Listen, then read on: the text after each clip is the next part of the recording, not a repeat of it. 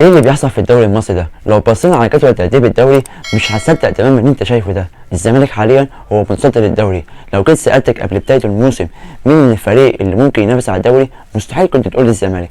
مستحيل اصلا تقول لي ان الزمالك هيدخل المربع الذهبي بسبب الظروف الاداريه وايقاف القيد اللي الزمالك بيتعرض ليها. طب ايه سر انتصارات الزمالك وان هو يبقى متصدر للدوري وكمان كان مركز اول في مجموعه في الكونفدراليه الافريقيه؟ تعالوا مع بعض نعرف ايه هو السر. لو قلت لك ايه هو سر انتصارات نادي الزمالك والتألق بشكل كبير سواء في الدوري او في البطوله الافريقيه، هقول لك كده هو بين قوسين قطاع الناشئين. قطاع الناشئين نادي الزمالك بيمتلك العديد من المواهب واللعيبه المتألقه بشكل كبير جدا. نادي الزمالك صعد لعيبه كتيره في بدايه الموسم بسبب ان الفريق ما عندوش قيد. القيد عنده موقوف، عنده تقريبا 19 قضايا ايقاف قيد بسبب القضايا اللعيبه اللي مشت اللي اجت اللي عليها فلوس والكلام ده كله. ما علينا، نادي الزمالك ما استسلمش، طلع لعيبه من قطاع الناشئين وكانوا اللعيبه على اتم استعداد لتمثيل نادي الزمالك وان هم يلبسوا فانيله نادي الزمالك وان هم يدافعوا عن اسم الفريق في الدوري او في البطوله الافريقيه. ومن اللعيبه دي محمد ابراهيم، احمد عبد الرحيم ايشو، احمد خضري، السيد اسامه. في لعيبه كتيره الصراحه اثبتوا قدرتهم ان هم يقدروا يمثلوا نادي الزمالك وان هم على اتم الاستعداد في اي لحظه ان هم يلعبوا فريق اول. هو ده قوة قطاع ناشئين نادي الزمالك، هو ده اللي خلى الزمالك واقف عليكم لغاية دلوقتي برغم كل الظروف الإدارية.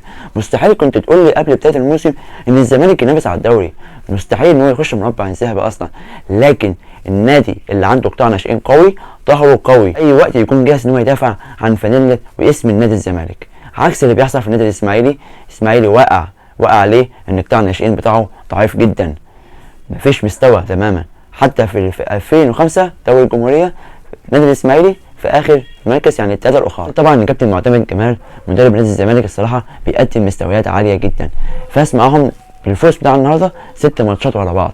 6 ماتشات ورا بعض خلى نادي الزمالك بقى اول الدوري بفرق 3 نقط عن الاهلي وبيراميدز وسيراميكا. طبعا بتمنى من اداره نادي الزمالك ان هو يستمر مع المدير الفني ده. الظروف الماليه ما تساعدش ان انت تجيب مدير فني، ما تساعدش ان انت تجيب مدير فني اجنبي. انا شايف المدير الفني المصري معتمد جمال قايم بشكل كبير جدا مع نادي الزمالك. طيب على جانب اخر النادي المصري عنده استقرار مادي واستقرار اداري وجايب لعيبه.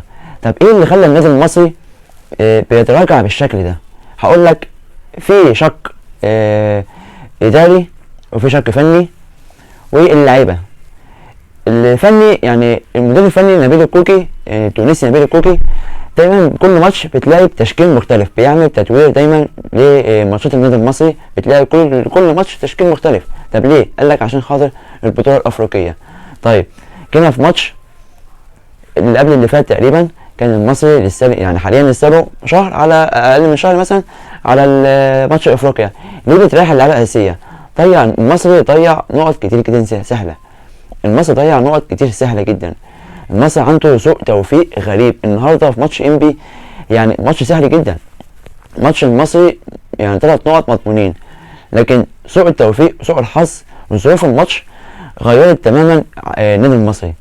حالة طرد ضربة جزاء يعني فيها مشكوك فيها، يعني يمكن الحكام هم اللي يقولوا رأيهم فيها، لكن سوء توفيق بصراحة وسوء حظ غريب جدا النادي المصري بيمر بيها.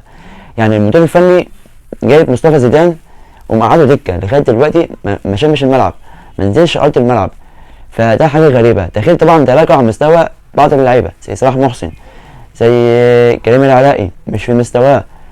في كتير لعيبه في المصري زي موكيشا برضه مستواه مش اللي هو اللي يشيل خط نص النادي المصري. محمود حماده مستواه مش ثابت. ففي حاجه غريبه في النادي المصري، لكن انا وجهه نظري النادي المصري لو بيلعب على ملعبه وفي وسط جمهوره هيبقى وضع مختلف تماما. لكن الزمالك برضه اللي سنده ان فيه جمهور عكس النادي المصري. قول لنا في رايك ده، قول لنا في التعليقات، هل الزمالك يقدر ينافس على الدوري لغايه اخر الموسم؟ وهل المصري هيقدر يخش المربع الذهبي؟